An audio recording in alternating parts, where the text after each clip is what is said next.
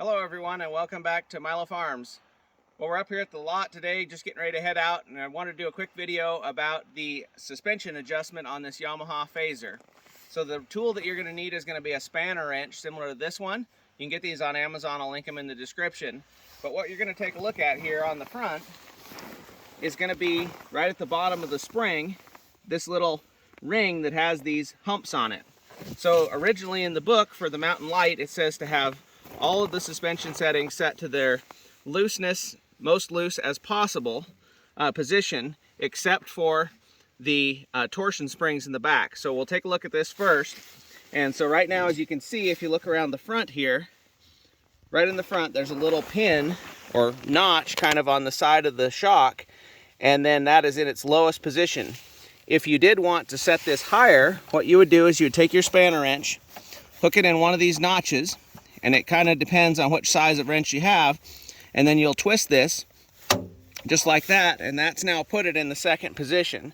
So you can go all the way up to the top, and depending on what kind of riding style you have and comfort level and weight, you can set these in different positions. So we always leave them all at the factory setting except for the torsion springs underneath, and given my weight, that's why we keep those a little bit higher. So let's take a look in the back here.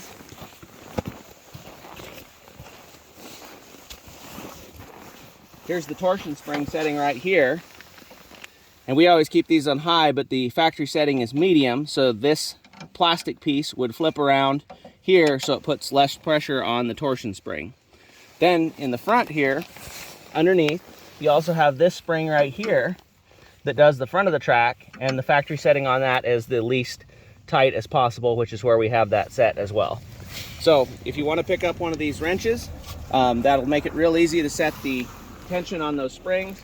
And then this right here, you can use a large socket to turn that one.